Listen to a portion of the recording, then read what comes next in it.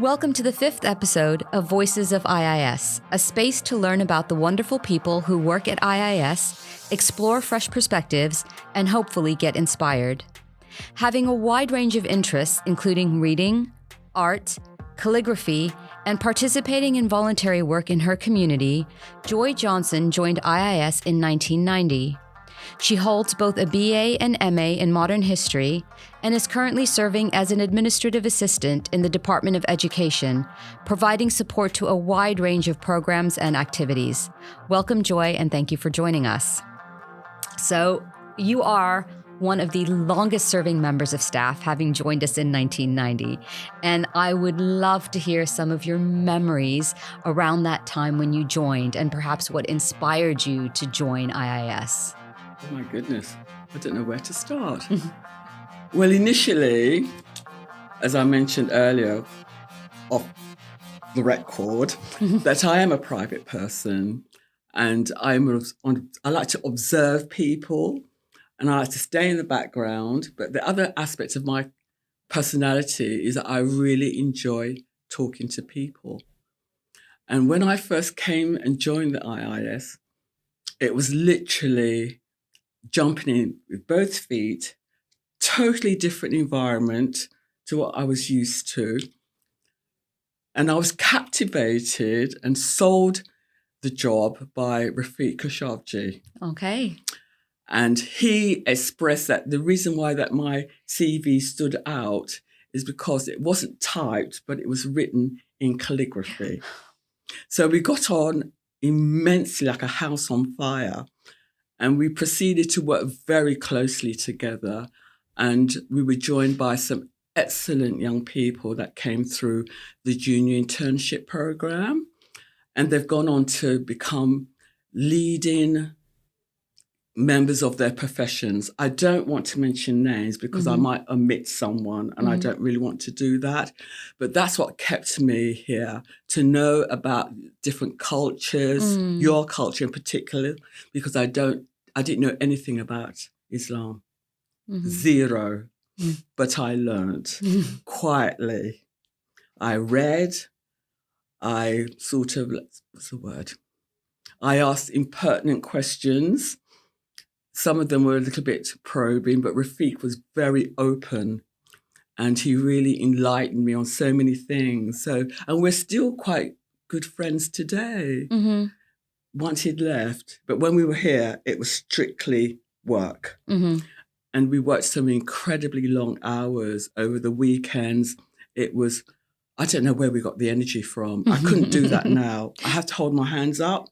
Now I just do not do those long hours and I don't think I've got the energy. But at that point in time, it was really invigorating. So that's my introduction to the IIS. And here you are 35 years later. I mean, that is just impressive. Well, I'm always looking forward. I'm not one for looking back. I always think each and every day is a good day.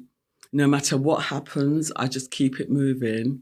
But these days, I do allow myself time for reflection because so many things have happened to me in the period that we're speaking of. Personal matters, which I don't really want to go into, but it's life. And we have to learn to deal with whatever comes our way. Absolutely. So I live with the motto, which I adopted from my great grandmother: choose how you live. And I choose to live with grace under fire. Doesn't matter what's happening, I will always retain that inner core. And that for those of us who see you walking the halls here, and I know members of the audience, people who are listening to this podcast might not, you are the epitome of cool, calm, and collected. And absolute grace emanates from every single one of your pores. So I think you are probably smashing it with that sort of an outlook and a perspective. So I think we all see it. Not to embarrass you, sorry. No, I shall quickly move. I know I can see, people can't see that, but I can see that you are. So you know what? Let's move on to something perhaps maybe a little less embarrassing. In your 35-year career here at IIS, are there any sort of highlights that stick out to you? Any experiences, whether, people you may have met or projects you may have worked on, which just stick out for you? I believe it's when I was working very closely with Rafiq when the Soviet Union was disintegrating and a lot of terrible things were happening in certain parts of the world. And the call was to help and nurture the program particularly for the people in Central Asia. Mm-hmm. And that was very, very touching, mm-hmm. how much the help and the Aga Khan's message, it really caught my heart, really, mm-hmm. how much people were prepared to put all hands on deck. Mm-hmm. And we don't see this in front, but behind the scenes, people were really committed to helping this particular community to emerge, like ashes out of a fire, like the phoenix. Mm-hmm. And it's really, I think that's one of the things that really stands out for me. Yeah. As one of the highlights is working with a very close, committed mm-hmm. team of people. You just spoke so eloquently about that, and it just got me thinking too, sort of, that's what inspires us to stay, yes, I guess. Think so. Yes, yeah? I do. Yeah. It's that work ethic, that approach, yes. that outlook. Yes. Yeah. Mm. What are things in your current role, what are things that excite you about your work? Meeting younger people than myself. Seriously, I really do enjoy speaking to a diverse ethnic group of young people that's coming through mm-hmm. the Aga Khan Centre, and also to liaise with members of the public. Mm-hmm. I get asked some crazy questions on the Aga Khan building tours, and I have to sort of hold myself back. People are interested. Absolutely. And what I should let our listeners know is that Joy is an amazing tour guide for the Aga Khan Centre. So she's actually referring to another hat that she wears here in the building. So she doesn't simply just work for IIS, but she delivers tours, public tours and private tours for the Aga Khan Centre. Are there any interesting stories you can share with us about the tours? I don't think I could break confidence. Perhaps when we stop recording and we're off the air. When you're off the air. When you're off the air. Yeah. People. I think that's something that's been that has struck me as well in my career here at the IIS is, and I've often said this to people, it's the languages you hear in the hallways, the food you're exposed to in the staff and student lounges. And I think it's just this beautiful tapestry yes. of cultures yeah. and languages and traditions. Yes. And I definitely, what you've said definitely resonates with me as well. Yeah. I think that's one of the exciting things for me as well. Anything else about your work right now that's exciting? And besides tours? I think besides tours, I do enjoy reading a lot. And although that I've read a few of the modules, I need to go back and reread them. So these are the secondary curriculum modules? Yes, the secondary curriculum. And I've sort of missed out, but one of the highlights was that we always used to celebrate the end of a module being produced. And that was one of the things which sticks with me, the teamwork, because people don't realize how much goes into producing a module. Absolutely. Yeah. Can you talk a bit more about that? Oh my goodness. I mean, I'm at the tail end of it, but I actually realize that everything's to do with being open and understanding the demands and keeping to the deadlines, which our current project manager, Shola, instigates. We've got to keep to deadlines, otherwise nothing works. But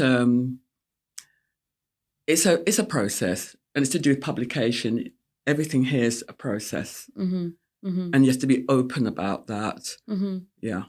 I want to go back to something you just touched upon, because you have mentioned, and I did mention it in my introduction, is your love for reading. Yeah, I do love to read, yeah. Yeah, you do love to read. But I guess more broadly, and please include reading in this, what are your passions and interests outside of IIS and the Aga Khan Centre? Oh, it's traveling. Oh, mm-hmm. Traveling first and foremost throughout the UK Mm-hmm. and abroad, Mm-hmm. Europe. I did travel throughout Europe when I was much younger. I couldn't do it now. But when I was much younger, I did travel. And it's meeting people, interesting people. And one of the things that I've noticed that you must never, ever judge a book by its cover. Never, ever. I've met the most extraordinary people on my travels. And one of them was actually in the UK. And I always get lessons from my encounters with people. And I remember this particular one, I'd gone to see Chawton House. It's in Hampshire. And it was bought and acquired by an American entrepreneur called, I believe it was Sandra Lerner. She's a Cisco, Cisco. They were like the founders, and they acquired this house, which they turned into an educational centre. And whilst I was going through the grounds with some friends, I got separated from my friends.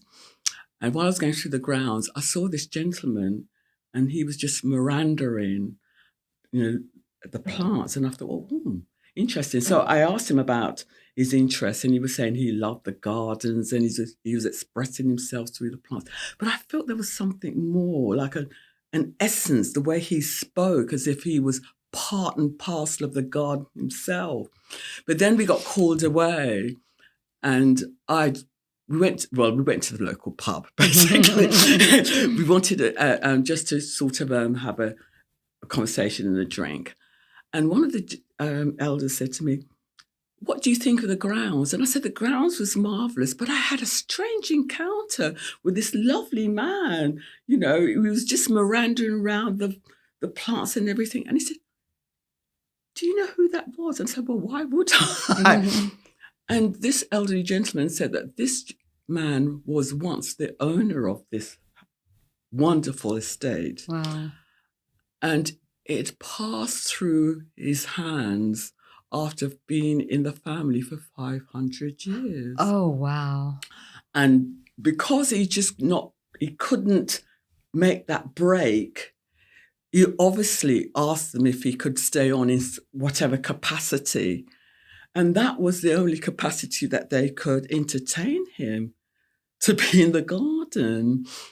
And as someone was telling me the story, at that time, I felt a sort of sadness. But then later on reflection, I realised that when you think something is permanent, it's only temporary. Because that 500 years, it's been in his family, and yet it's now got another life. It's now serving as a library and education institution, but they've allowed him to still be part of that. And they could have said, out the door, this no longer belongs to you. So it just goes to show that you should live fully as you can, because you never know when it's your time to leave. I'm a little bit speechless because there are so many things that you've said that I wish I had a pen and I was jotting things down, because there's just so many things to reflect on, and they're so meaningful and they're so deep, and they would have an impact on how we choose to lead our lives. Is what I'm getting from you, is your through your experiences. And I imagine that that's shaped you, of course, as well. So. I mean, every single experience. Do you write these reflections in a journal or in a book, or? Well, our late head of department, Dr. Tabani, said you really need to note these experiences down. And I've had so many that I just can't even comprehend. But I think I will start. Yeah. I think that would be wonderful. Yeah. Can you? Are you able to share any more with us today? Oh, my goodness. I mean, there's just so many, so many. I think another one is when I was actually in Italy, and I was sitting down when I was touring Italy, actually, I was sitting down by myself, funny enough. When you're with a group of people, it seems like people don't approach you. Mm-hmm. Because I was with a group and they'd gone somewhere, I'm not even sure, and I was sitting by myself, and then another person approached and said, can I share this space? And I said, you're welcome, because my friends are elsewhere. And he was actually, no, it wasn't Italy. Sorry, I made a mistake. That's because I've been to so many different places. It was Malta. Okay. It was Malta. And he started mentioning that he came to Malta. He came to Malta, but he resided in Italy. That's it, for a time. And he just came here for a break, a breathing space, because he felt that this particular country spoke to him. But he was originally from Libya. And he said when Libya was dismantled, he felt like he didn't have anywhere to go. So he became a wanderer. Very wealthy gentleman, but he was a wanderer. And he found that when he dressed down and became more humble in his attire, he was able to observe people. And I realized it's true. The more you look innocent, the more people feel that you're not judging them. And the world now, we have so many people are being displaced for whatever reason, that it really occurs to me that the dignity of human being is how you relate, firstly to yourself and then to others. Because if you're not kind to yourself, you cannot be kind to other people. Yeah. I think that's really important. That's a really important principle that we all need to live by, to be honest, especially in this day and age of absolutely challenging. And it takes work. It takes a lot of work. It takes a lot of work. Yeah. Can I ask a perhaps slightly trivial question? Do you have a favorite city to where you've traveled, or country? And if so, why? Oh, it's got to be the Caribbean. Oh, okay. Why the Caribbean? Because it has a rich, complex history. The people are complex for the various reasons. My partner is from Grenada. My ancestry is from Jamaica, and all the different components that go into that particular island. But it's the beauty of the terrain, and nature, the waters that goes over the rocks, the greenery, and the simplicity, the simple life. That's the richness, because we have so much stuff, including myself. I'm in the process of giving away what I no longer need. And I realize I don't hardly need anything. Except for the love of my family. Of course, of course. Yes. I was sort of transported for a minute there to the beaches of Grenada and just the beautiful mountains and the green, lush trees and jungles. Yes, the parrots, the monkeys. Absolutely. The coconut, the water, the guava. You make me want to take a holiday. You're making me want to get out of London. Joy, you're not going to believe this. I know initially you said you were a very private person, and you've jumped in with both feet and made the most amazing splash, because our time is up. Oh, thank you. And I'm sure you cannot believe that, because it has just flown. So I would like to offer a huge thank you to you for being here and for stepping out of your comfort zone and spending some time with us. And I hope that anyone who hears this and who are at the Aga Khan Centre will stop you and have a chat and ask for a story, because I think there's just so much wisdom there. And this is one of the beauties of this podcast, is having the opportunity to get to know people. And so thank you so very much. And it's been a pleasure to share this conversation with you. Thank you. To our audience, thank you so much for spending your valuable time with us today. With so many podcasts out there, we really appreciate you choosing to spend your time with us. If you enjoyed the show, be sure to subscribe on Spotify or wherever you find your podcasts. That's it for today.